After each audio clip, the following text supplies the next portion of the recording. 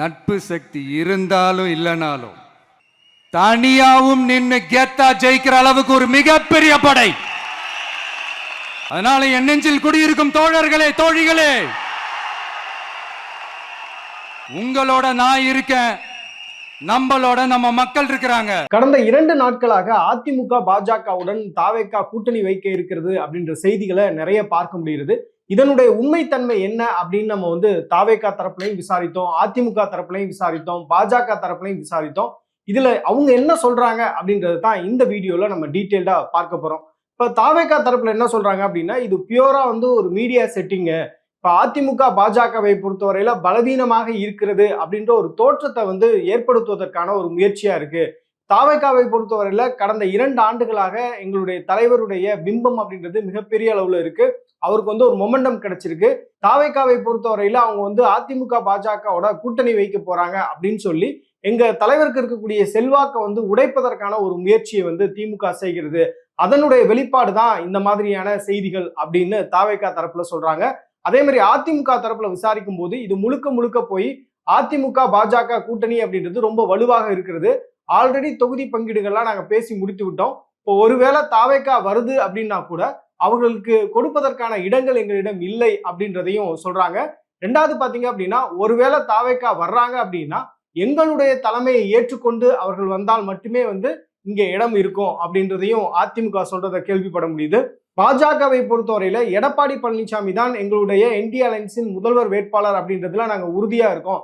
இப்ப விஜய் போன்றவர்கள் வந்தால் நாங்கள் ஏற்றுக்கொள்வோம் அப்படின்ற மனநிலை அவர்கள்ட்ட இருந்தாலும் கூட இது ரொம்ப லேட்டஸ்ட் ஸ்டேஜ் அப்படின்னு அவங்க ஃபீல் பண்றாங்க. இப்ப எலெக்ஷன் டேட்டை பொறுத்தவரையில 16, 17, 18 ஏதாவது ஒரு தினங்கள்ல வெளியாவதற்கான வாய்ப்பு இருக்கு. அப்ப இந்த நேரத்துல உங்களுக்கு விஜயை உள்ள கொண்டு வருவது அப்படின்றது அலைன்ஸ்லேயே மிகப்பெரிய ஒரு சிக்கலை ஏற்படுத்தும். ஏன்னா அதிமுகவை பொறுத்தவரையில இந்த தேர்தலில் அதிக இடங்கள்ல போட்டியிடணும் அப்படின்னு நினைக்கிறாங்க. இப்ப விஜய் போன்ற ஒரு நபர் வருகிறார் அப்படின்னா அவருக்கு குறைந்தது 50 இடங்களாவது கொடுக்க வேண்டிய ஒரு கட்டாயம் அப்படின்றது ஏற்படும். அப்படி ஏற்படும் பொழுது அதை எப்படி அதிமுக அவர்களுடைய இடங்கள்ல இருந்து எடுத்து கொடுப்பாங்க அப்படின்ற ஒரு சிக்கல் இருக்கு. சோ இந்த மாதிரியான பிரச்சனைகள் இருக்கு. தாவேகாவை பொறுத்தவரையில முதல்வர் வேட்பாளர் விஜய் என்பதுல உறுதியாக இருக்காங்க. நேற்று பாத்தீங்க அப்படின்னா தாவேகாவினுடைய மாவட்ட செயலாளர்கள் கூட்டம் அப்படின்றது புசியானந்த் தலைமையில நடந்தது. 120க்கும் மேற்பட்டோர் பங்கேற்றார்கள் அப்படின்றது உண்மையான செய்தி தான். இதுல புசியானந்த் ஒருவேளை நம்ம கூட்டணிக்கு போனா நீங்க அக்செப்ட் பண்ணிப்பீங்களா அப்படின்னு கேட்டிருக்காரு. அதில் 4/3 பங்கு உறுப்பினர்கள் நம்ம கூட்டணிக்கு போறது நமக்கு பலம் சேர்க்கும். அதே நேரத்துல தலைவர் என்ன முடிவு எடுக்கிறாரோ அந்த முடிவே எங்களுடைய முடிவு அப்படின்னு சொல்லியிருக்கிறாங்க. அதுல ஒரு சில பேர் 5 கோடி ரூபாயாவது நம்ம தேர்தல்ல செலவு பண்ணணும் ஒவ்வொரு கேண்டிடேட்டும். இப்ப அவ்வளவு பணம் நம்மள்ட்ட இருக்கா அப்படின்றது ஒரு பெரிய கேள்விதான். எல்லாட்டையுமே அவ்வளவு பணம் இல்லை அப்படின்ற அவர்களுடைய நிதி நெருக்கடியை பத்தியும் அவங்க பேசியிருக்காங்க அப்படின்னு சொல்றாங்க. இப்போ யூஸ்வலா பாத்தீங்கன்னா எலெக்ஷன்ல ஒரு கேண்டிடேட் 40 லட்சம் வரையும் தான் செலவு பண்ண முடியும். அதை தேர்தல் ஆணையத்துக்கு அவங்க கணக்காகவும் காண்பிக்க வேண்டிய தேவை இருக்கு. இந்த மாதிரியான ஒரு சூழல்ல திமுக, அதிமுக போன்ற பெரிய கட்சிகள் எல்லாம் ஒரு தேர்தலுக்கு 10 கோடியிலிருந்து 15 கோடி ரூபாய் அளவுக்கு சட்டமன்ற தொகுதிகளில் செலவு பண்றாங்க. அப்ப தாவேகாவை பொறுத்தவரையில அந்த அளவுக்கு அவர்களால் செலவு பண்ண முடியுமா அப்படின்றது ஒரு பெரிய கேள்வியாகத்தான் இருக்கு. இந்த மாவட்ட செயலாளர்கள் கூட்டம் நடந்ததற்கு முக்கியமான காரணம் என்ன சொல்றாங்க அப்படின்னா, மாவட்ட செயலாளர்களுடைய பினான்சியல் பொசிஷன்ஸ் என்ன, அவர்களால இந்த தேர்தலில் செலவு பண்ண முடியுமா அப்படின்றத ஒரு ஃபீட்பேக்கா கேட்டு விஜய் தெரிந்து கொள்ள விரும்பியதால் தான் புசியானந்த் இந்த மீட்டிங்கே கண்டக்ட் பண்ணாரு அப்படின்னு சொல்றாங்க. இதுக்கும் அலைன்ஸுக்கும் எந்த சம்பந்தமும் இல்லை அப்படின்னு சொல்றாங்க. ஏன்னா விஜயை பொறுத்தவரையில ஆல்ரெடி 234 தொகுதிகளுக்கும் கேண்டிடேட்டை அவங்க செலக்ட் பண்ணி வச்சுட்டாங்க. இதுல பல பேர் மாவட்ட செயலாளர்கள் இல்லை அப்படின்றதுதான் இப்போதைக்கு இருக்கக்கூடிய தகவல். ஒருவேளை நாளைக்கு மாவட்ட செயலாளர்கள் எனக்கு சீட்டு கொடுக்கல அப்படின்னு அவங்க மனக்குமுறலோட வந்தாங்க அப்படின்னா அந்த நேரத்துல இங்க நிதி சிக்கல் இருக்கு அப்படின்னு நீங்க சொன்னீங்க. உங்களுடைய ஃபீட்பேக்கை தளபதி ஏற்றுக்கொண்டார். அதன் அடிப்படையில் தான் உங்களுக்கு எல்லாம் சீட்டு கொடுக்கல அப்படின்னு சொல்றதுக்கான ஒரு வாய்ப்பாகவும் இதை புசியானந்த் பயன்படுத்தி கொள்வார் அப்படின்றது தான் இதுல இருக்கக்கூடிய விஷயமேவும். புசியானந்தை பொறுத்தவரையில முழுக்க முழுக்க மாவட்ட செயலாளர்கள் அத்தனை பேரும் அவருடைய கண்ட்ரோல்ல இருக்காங்க. விஜயை பொறுத்தவரையில புசியானந்த் மூலமாக எந்த தகவலா இருந்தாலும் மாவட்ட செயலாளர்கள்ட்ட பேசணும், இல்ல மாவட்ட செயலாளர்கள்ட்ட ஒன்று கம்யூனிகேட் பண்ணணும் அப்படின்னா புசியானந்த் மூலமாக மட்டுமே கம்யூனிகேட் பண்றாரு. மற்றபடி பாத்தீங்கன்னா புசியானந்துக்கு எந்த ரோலும் இல்லைன்னு சொல்றாங்க. என்னதான் அறிக்கையில பொதுச் செயலாளர் புசியானந்துடைய மேற்பார்வையில் அவருடைய அறிவுறுத்தலின்படி அப்படின்லாம் போட்டிருந்தாலும் அவருடைய கண்ட்ரோல் அப்படின்றது மாவட்ட செயலாளர்கள் மத்தியில மட்டும்தான் இருக்கு. ஸோ மாவட்ட செயலாளர்களுக்கு இந்த முறை போட்டியிடுவதற்கான வாய்ப்புகள் மிக மிக குறைவு. ஒட்டுமொத்தமா பாத்தீங்கன்னா ஒரு விரல் விட்டு எண்ணக்கூடிய அளவுக்கு தான் மாவட்ட செயலாளர்கள் தாவேகாவின் சார்பில் இந்த சட்டமன்ற தேர்தலை பொறுத்தவரையில போட்டியிடுவார்கள் அப்படின்னு சொல்றாங்க. நான் ஏற்கனவே சொன்ன மாதிரி அதிமுக, பாஜக, தாவேகா கூட்டணி அப்படின்றதே வந்து ஒரு நெரேட்டிவ் செட்டிங்காக ஊடகங்கள்ல வெளியிடப்படக்கூடிய ஒரு செய்தி அப்படின்ற ஒரு குற்றச்சாட்டையும் முன்வைக்கிறாங்க. தாவேகாவின் சார்பாக அதனுடைய துணை பொதுச் செயலாளர் CTR நிர்மல்குமார் வந்து ஒரு விளக்கம் கொடுத்திருக்காரு. மக்கள் பிரச்சனைகளிலிருந்து அனைவரின் கவனத்தையும் திசை திருப்பும் நோக்கத்தில் வழக்கம் போலவே தொடர்ந்து தமிழக வெற்றி கழகத்தை தொடர்புபடுத்தி ஊடகங்கள் மற்றும் சமூக ஊடகங்கள் வாயிலாக யூகங்களின் அடிப்படையில் தினசரி பல்வேறு செய்திகள் பரப்பப்படுகிறது. கழக நிகழ்ச்சிகள் உள்ளிட்ட கழகத்தின் சார்பாக வரும் அதிகாரப்பூர்வமான அறிவிப்புகளை மட்டுமே கழக தோழர்கள் பின்பற்றவும் அப்படின்ற ஒரு விளக்கத்தை வந்து அவர் கொடுத்திருப்பதை பார்க்க முடிகிறது.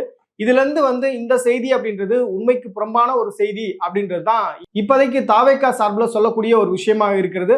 அது மட்டும் இல்லாம பாத்தீங்கன்னா 2014 நாடாளுமன்ற தேர்தல் அப்ப விஜயகாந்த் அவர்கள் தாமரை சின்னத்தை பட்டி தொட்டி எல்லாம் கொண்டு போய் சேர்த்தாரு. அந்த டைம் வந்து தேமுதிக NDA அலைன்ஸ்ல இடம்பெற்றிருந்தாங்க. இப்போ அதே மாதிரியான ஒரு சூழல் வந்து 2026 விஜய் கிரியேட் பண்ணுவாரு அப்படின்ற ஒரு விமர்சனமும் வைக்கப்படுகிறது. இப்ப 2026 சட்டமன்ற தேர்தலில் NDA அலைன்ஸுக்குள்ள ஒருவேளை விஜய் போனார் அப்படின்னா இப்ப விஜய்க்கு இருக்கக்கூடிய இளம் தலைமுறை வாக்காளர்கள் இருக்காங்கல்ல, அவர்கள் வந்து பாஜகவுடைய மனநிலையோட இயங்குவதற்கான ஒரு சூழலை அது ஏற்படுத்தும். இப்ப 2014 விஜயகாந்த் செய்ததை 2026 விஜய் செய்து விடுவார் அப்படின்ற ஒரு விமர்சனமும் வைக்கப்படுகிறது. ஸோ அதனால வந்து தாவேகாவை பொறுத்தவரையில ரொம்ப கேர்ஃபுல்லாக தான் இந்த அலைன்ஸ் டாக்ஸ் எல்லாமே வச்சுக்கிறாங்க அப்படின்னு சொல்றாங்க. விஜய் வந்து இன்று மாலை டெல்லி செல்ல இருக்கிறார். பொதுவாக வந்து CBI ஞாயிற்றுக்கிழமைகள்ல விசாரணை நடத்துவதில்லை. எப்பயுமே வந்து சனி ஞாயிறு வந்து அவங்களுக்கு ஒரு ஹாலிடேஸா இருக்கும். ஆனா விஜயை பொறுத்தவரையில ஏற்கனவே அவங்க கொடுத்த அந்த தேதியில வந்து அவர் ஆஜராக விரும்பவில்லை. அவருக்கு வந்து ஏற்கனவே சில கமிட்மெண்ட்ஸ் இருந்ததுனால அந்த டேட் வேணா எனக்கு வந்து 15ஆம் தேதி கொடுங்க அப்படின்னு விஜய் தரப்பு கேட்டதனால தான் வந்து விஜய் வந்து 15ஆம் தேதி நாளை ஆஜராக இருக்கிறார் CBI அலுவலகத்துல அப்படின்ற ஒரு தகவல் இருக்கு.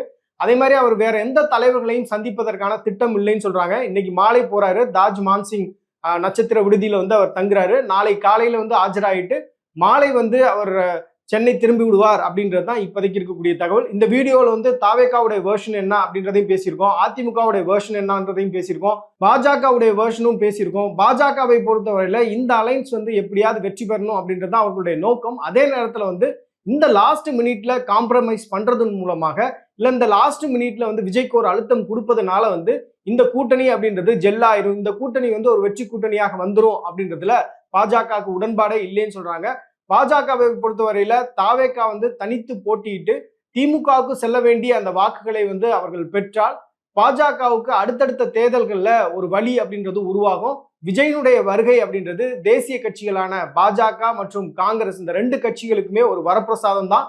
இங்கே திராவிட கட்சிகளுடைய ஆட்சி அப்படின்றது 60 ஆண்டுகளுக்கு மேலாக இருந்துட்டு இருக்கு. ஸோ இங்க வந்து ஒரு டென்ட் கிரியேட் பண்ணணும் அப்படின்னா ஒரு தேர்ட் பவர்ஃபுல்லான ஒரு ஃபோர்ஸான ஒரு பிளேயர் வந்து அங்கே ஒரு டிஸ்டர்பன்ஸை ஏற்படுத்தணும். அதற்கான ஒரு நபராக விஜய் இருப்பார் அப்படின்றது தான் பாஜகவுடைய கணக்காக இருக்குன்னு சொல்றாங்க. மற்றபடி வந்து அதிமுக, பாஜக, தாவேகா கூட்டணி அப்படின்றது சாத்தியமே இல்லை அப்படின்றதான் இப்போதைக்கு இருக்கக்கூடிய தகவல்.